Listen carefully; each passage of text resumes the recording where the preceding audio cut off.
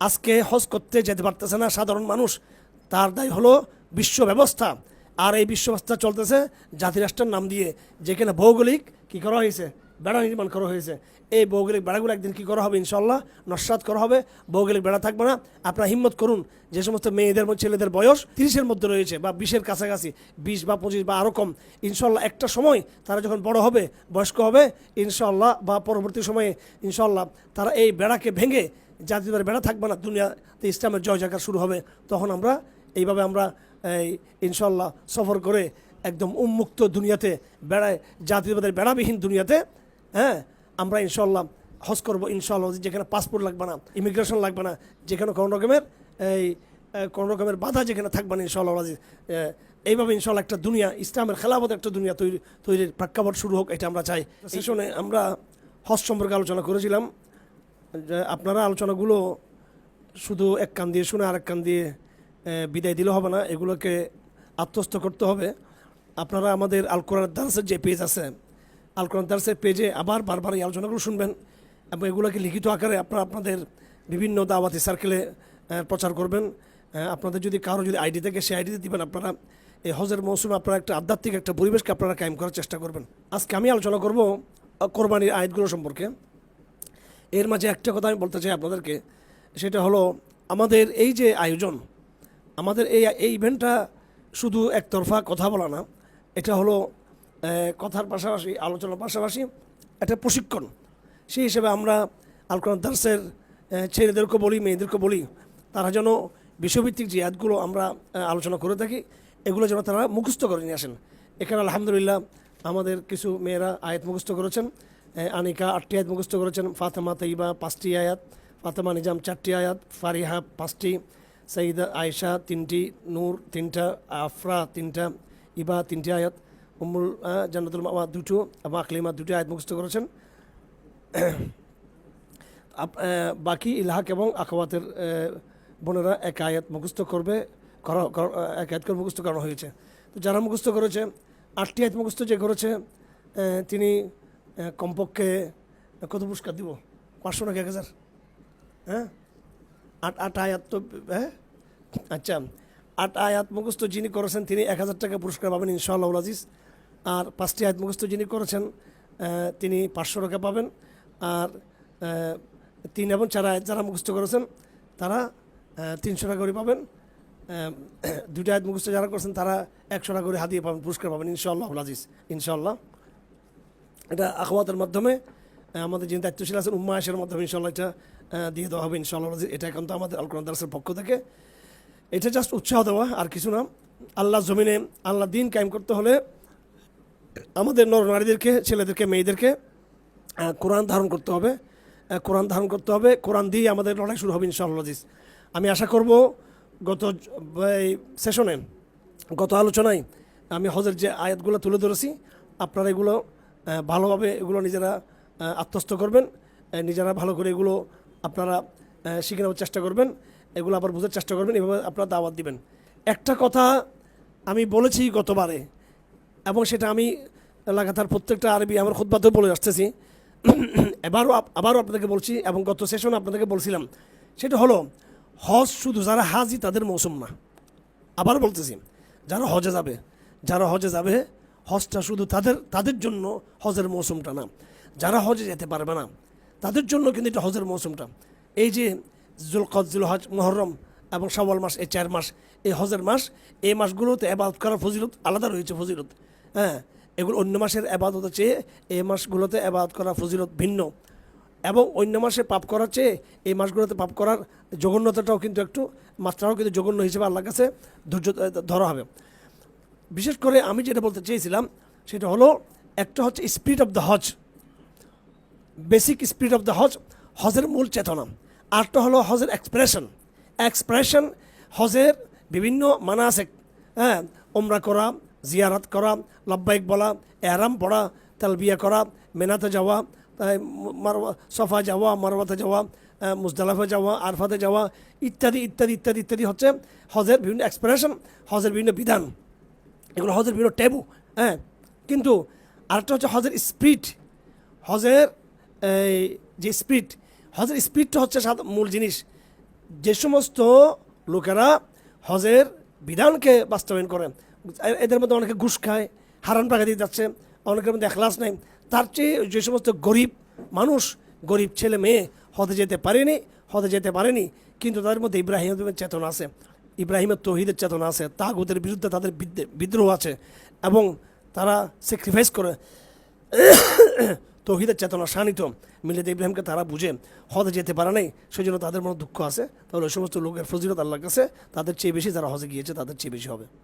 এই জন্য আপনারা এই চেতনাটা এই মাসগুলোতে আপনারা প্রচার করবেন যে আমরা হজ করতে পারি নাই, হজের চেতনাকে লালন করি। আরেকটা কথা, আমি সেদিন আমাদের দারসুল হাদিসে বলেছিলাম, সাপ্তাহিক যে দারসুল হাদিস এরপর এটা লাইভ অনুষ্ঠান হয়ে থাকে, সেখানে আমি বলেছিলাম ইনশাআল্লাহ আজিজ একদিন আমাদের এই তরুণ প্রজন্মের ছেলে মেয়েরা এই বেড়াগুলোকে ভেঙে দিবে। আজকে হজ করতে যেতে পারতেছে না সাধারণ মানুষ, তার দায় হলো বিশ্ব ব্যবস্থা। আর এই বিশ্ব ব্যবস্থা চলতেছে জাতিরাষ্ট্রের নাম দিয়ে, যেখানে ভৌগোলিক কী করা হয়েছে, বেড়া নির্মাণ করা হয়েছে। এই ভৌগোলিক বেড়াগুলো একদিন কী করা হবে, ইনশাআল্লাহ নস্যাৎ করা হবে, ভৌগোলিক বেড়া থাকবে না। আপনারা হিম্মত করুন, যে সমস্ত মেয়েদের ছেলেদের বয়স 30-এর মধ্যে রয়েছে বা 20-এর কাছাকাছি, 20 বা 25 বা আরও কম, ইনশাআল্লাহ একটা সময় তারা যখন বড় হবে, বয়স্ক হবে ইনশাআল্লাহ, বা পরবর্তী সময়ে ইনশাআল্লাহ তারা এই বেড়াকে ভেঙে, জাতিদের বেড়া থাকবে না, দুনিয়াতে ইসলামের জয় জায়গা শুরু হবে। তখন আমরা এইভাবে আমরা ইনশাআল্লাহ সফর করে একদম উন্মুক্ত দুনিয়াতে, বেড়ায় জাতীয়তাবাদের বেড়াবিহীন দুনিয়াতে, হ্যাঁ আমরা ইনশাআল্লাহ হজ করবো ইনশাআল্লাহ, যেখানে পাসপোর্ট লাগবে না, ইমিগ্রেশন লাগবে না, যেখানে কোনো রকমের বাধা যেখানে থাকবে না ইনশাআল্লাহ। এইভাবে ইনশাআল্লাহ একটা দুনিয়া, ইসলামের খেলাফত একটা দুনিয়া তৈরির প্রেক্ষাপট শুরু হোক, এটা আমরা চাই। এই ইমানি হিম্মতটা রাখবেন। আজকে আমি আপনাদের সামনে আলোচনা করব কোরবানি কিছু আয়াত নিয়ে। আউযু বিল্লাহি মিনাশ শাইতানির রাজিম, বিসমিল্লাহির রহমানির রহিম। কোরবানি সম্পর্কে প্রথম আয়াতগুলো হচ্ছে সূরা মায়েদা, সূরাতুল মায়েদার 27 নম্বর আয়াত থেকে শুরু করে আপনার 31 নম্বর আয়াত পর্যন্ত, 27 নম্বর আয়াত থেকে 31 নম্বর আয়াত পর্যন্ত। আউযু বিল্লাহি মিনাশ শাইতানির রাজিম, বিসমিল্লাহির রহমানির রহিম। আমি আবার বলছি, সূরাতুল মায়েদা 6 নম্বর পারা, সূরাতুল মায়েদা 6 নম্বর পারা। আবার বলছি, সূরাতুল মায়েদা 6 নম্বর পারাতে 27 নম্বর আয়াত, 27 নম্বর আয়াত থেকে শুরু করে 31 নম্বর আয়াত পর্যন্ত, 27 থেকে 31। আউযু বিল্লাহি মিনাশ শাইতানির রাজিম, বিসমিল্লাহির রহমানির রহিম। ওয়াতলু আলাইহিম নাবা আবনাই আদম বিল হক إذ قربا قربانا فتقبل من أحدهما ولم يتقبل من الآخر قال لأقتلنك قال إنما يتقبل الله من المتقين لئن بسطت إلي يدك لتقتلني ما أنا بباسط يدي إليك لأقتلك إني أخاف الله رب العالمين إني أريد أن تبوء بإثمي وإثمك فتكون من أصحاب النار وذلك جزاء الظالمين فطوعت له نفسه قتل أخيه فقتله فأصبح من الخاسرين فبعث الله غرابا يبحث في الأرض ليريه كيف يواري سوءة أخيه قال يا ويلتى أعجزت أن أكون مثل هذا الغراب فأواري سوءة أخيه وأصبح من النادمين صدق الله العظيم। হজের কয়েকটা আয়াত আছে, কয়েক জায়গায় আলোচনা আছে কোরআন শরীফ। কোরবানির একটা আলোচনা হলো সূরা আল মায়েদার মধ্যে হাবিল কাবিলের কাহিনী। আল্লাহ পাক বলেন, এবং হে নবী আপনি তেলাওয়াত করুন, পড়ে শোনান আদমের 2 সন্তানের কাহিনী, সঠিকভাবে সত্যসাত্যভাবে আপনি তেলাওয়াত করে শোনান। ইসকাররাবা কোরবানান, যখন তারা কোরবানি দিল দুজনেই নৈকট্য অর্জনের জন্য। কোরবানকে কোরবান বলা হয় আল্লাহর নৈকট্যের জন্য। ফাতাকাব্বালা মিন আহাদিহিমা, একজন থেকে কবুল করা হলো, ওয়ালাম ইয়াতাকাব্বাল মিনাল আখির, আরেকজনের কাছ থেকে কবুল করা হয়নি। ক্বালা লাআকতুলান্নাক, তিনি বলল যে কাবিল বলল আমি তোমাকে হত্যা করব। তখন হাবিল বলল ইন্নামা, আল্লাহ তো যারা মুত্তাকি তাদের কাছ থেকে একমাত্র কবুল করেন। লাইম বাসাত্তা, তুমি যদি প্রসারিত করো, ইলাইয়া আমার দিকে, ইয়াদাকা তোমার হাত, লিতাকতুলানি আমাকে মারার জন্য, মা আনা বিবাসিদিন আমি প্রসারিত করব না, ইয়াদিয়া আমার হাত, ইলাইকা তোমার দিকে, লিয়াকতুলাকা তোমাকে হত্যা করার জন্য, আমি করব না, সেটা তুমি করতে পারো। ইন্নী আখাফুল্লাহ রাব্বুল আলামিন, আমি আল্লাহকে ভয় করি। ইন্নী উরিদু আন তাবুয়া, আমি চাই তুমি তাবুয়া ফিরে যাবে, ইসমি আমার গুনাহ, ওয়া ইসমিকা এবং তোমার গুনাহ নিয়ে, ফাতাকুনা মিন আসহাবিন নার তুমি জাহান্নামবাসী হবে, ওয়াযালিকা জাযাউজ জালিমিন এবং তুমি জালেম, এবং এইভাবে হয় জালেমদের পরিণতি। ফাতাওয়াত লাহু নাফসুহু কাতলা আখিহি, এইভাবে তার ভাইকে, তার নফস কী করলো, ভাইকে হত্যা করার জন্য উদ্বুদ্ধ করলো, অথবা সে হত্যা করলো নিজের ভাইকে। ফাসবাহ মিনাল খাসিরিন, অথবা সে কী হলো, যারা ওই সমস্ত লোক মাহরুম বঞ্চিত তাদের মধ্য থেকে সে হয়ে গেল। ফাবাসাল্লাহু রাবান, আল্লাহ পাক কী করলো, একটা কাককে পাঠিয়ে দিলেন। ইয়াবহাসু ফিল আরদি, সে জমিনের মধ্যে মাটি খুঁড়িয়ে খুঁড়িয়ে দেখিয়ে দিচ্ছিল কাইফা ইউয়ারি সাওয়াত আখি, কীভাবে তার ভাইকে মাটির তলে দফন করা হবে। ক্বাল ইয়া ওয়াইলাতা, সে বলল, হাই, আমি কি একজন কাকের চেয়েও খারাপ হয়ে গেলাম যে আমি নিজের ভাইকে কীভাবে লুকাবো পারতেছি না। ফাসবাহ মিনান নাদিম, সে লজ্জিত হলো। হজের ইতিহাসে, কোরবানির ইতিহাসে এটা হচ্ছে প্রথম ঘটনা। তারপরে কোরবানির ইতিহাসে উল্লেখযোগ্য যে বিশাল যে ঘটনা আমরা পেয়ে থাকি, সেটা হলো হযরত ইসমাইলকে জবে করার যে বিষয়টা, ঐতিহাসিক যে ঘটনা সেটা আমরা পেয়ে থাকি। এটা হচ্ছে কোরআন কারীমে 2 নম্বর ঘটনা।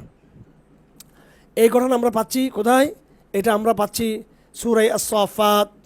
আবার বলছি আস-সাফাত, 23 নম্বর পারা, সূরা ইয়াসিনের পরের যে সূরাতুস সাফাত। এখানে কোরআনে বর্ণিত কোরবানির 2 নম্বর কাহিনী, ইব্রাহিম এবং হযরত ইসমাইলের মাঝে যে ঘটনা হয়েছিল, সেই কাহিনী কোরআনে কারীমের 23 নম্বর পারার সূরা সাফাত নামক আয়াতের মধ্যে আমরা এখানে বিস্তারিত ঘটনা, হযরত ইব্রাহিমের ঘটনা 83 নম্বর আয়াত থেকে শুরু করে 113 নম্বর আয়াত পর্যন্ত,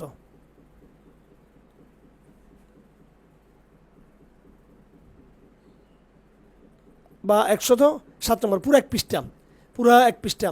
أعوذ بالله من الشيطان الرجيم بسم الله الرحمن الرحيم وإن من شيعته لإبراهيم إذ جاء ربه بقلب سليم إذ قال لأبيه وقومه ماذا تعبدون أئفكا آلهة دون الله تريدون فما ظنكم برب العالمين فنظر نظرة في النجوم فقال إني سقيم فتولوا عنه مدبرين فراغ إلى آلهتهم فقال لا تأكلون ما لكم لا تنطقون فراغ عليهم ضربا باليمين فأقبلوا إليه يزفون قال تعبدون ما تنحتون والله خلقكم وما تعملون قالوا ابنوا له بنيانا فألقوا في الجحيم فأرادوا به كيدا فجعلناهم الأسفلين وقال إني ذاهب إلى ربي سيهدين رب هب لي من الصالحين এখান থেকে মূলত শুরু। رب هب لي من الصالحين فبشرناه بغلام حليم فلما بلغ معه السعي قال يا بني إني أرى في المنام أني أذبحك فانظر ماذا ترى। 102 নম্বর আয়াত থেকে মূলত শুরু, 107 নম্বর আয়াত পর্যন্ত শেষের দিকে।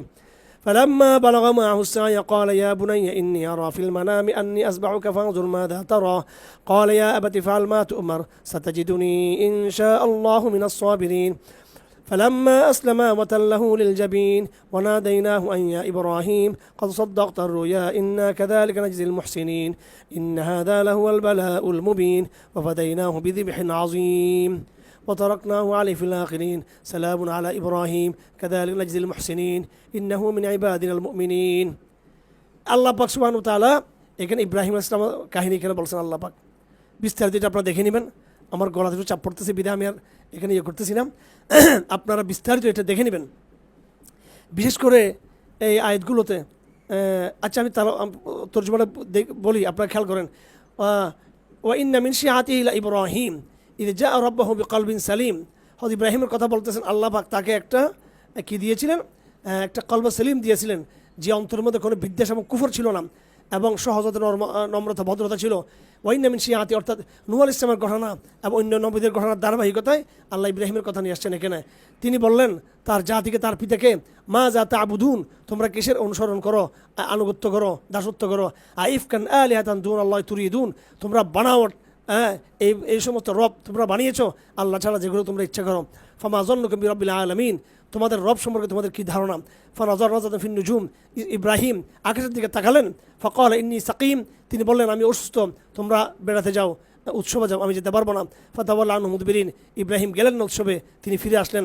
ফারাগা ইলা আলিহাতিহিম, তখন তিনি তাদের যে মূর্তিগুলো ছিল সেদিকে তিনি দিক করলেন, গেলেন ওদিকে। ফাকাল আলা তাকুলুন, গিয়ে বললেন তোমরা কি কিছু খেতে পারো? মা লাকুম লা তানতিকুন, কী ব্যাপার তোমরা কথা বলছো না কেন?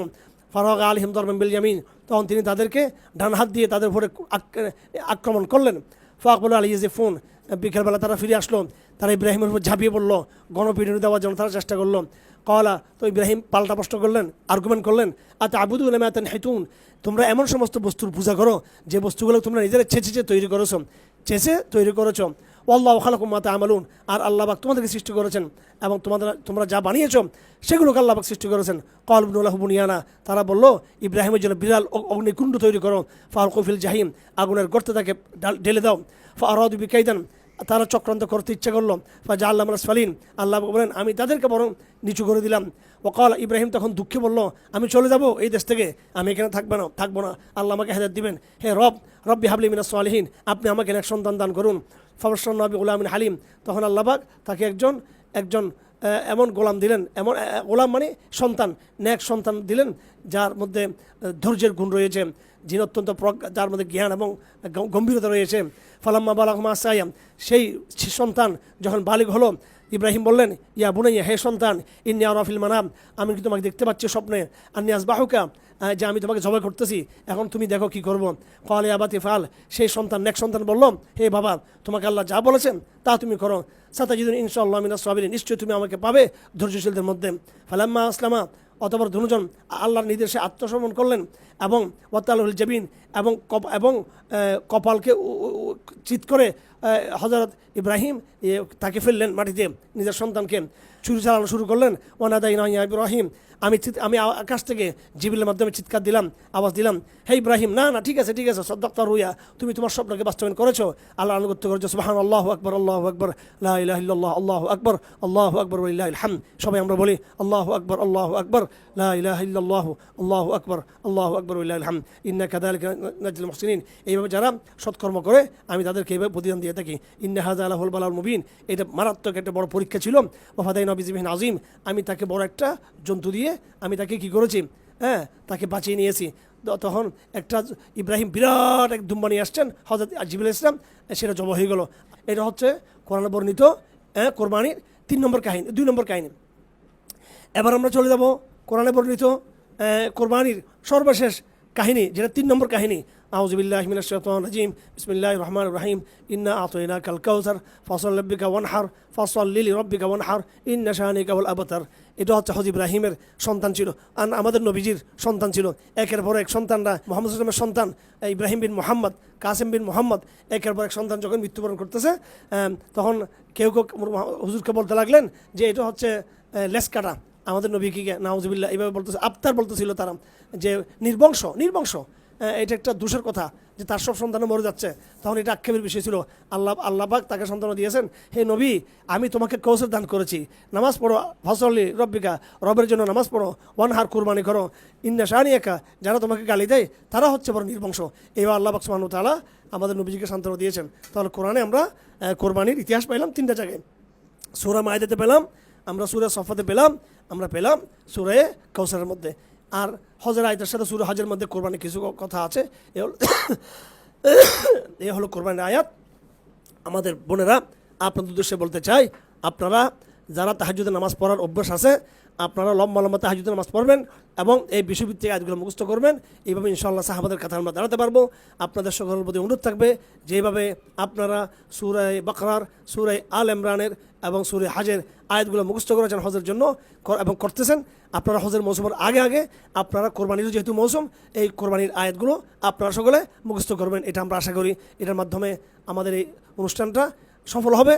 আর যদি আমরা শুধু আসি, কথা শুনলাম, ওয়াজ শুনলাম, চলে গেলাম, তাতে কোনো ফায়দা নেই। এই আয়াতগুলো আপনি আপনার বোনকে শিখাবেন, আপনার মাকে শিক্ষা দিবেন, আপনার স্বামীকে শিক্ষা দিবেন, আপনার সন্তানকে শিক্ষা দিবেন, আপনার ভাইকে শিক্ষা দিবেন, আপনার প্রতিবেশীকে শিক্ষা দিবেন, আপনার যারা বান্ধবী আছে বান্ধবীদেরকে আপনারা শিক্ষা দিবেন। কোরআন একটা জোয়ার আমাদের তুলতে হবে। আপনাদেরকে আমি সম্মানিত বোনদেরকে, মেয়েদেরকে উদ্দেশ্য করে বলতে চাই, আপনারা ইতিমধ্যে লক্ষ্য করেছেন নারীবাদীরা বাংলাদেশে ইসলামের বিরুদ্ধে, আল্লাহর বিরুদ্ধে তারা বিদ্রোহ শুরু করেছে।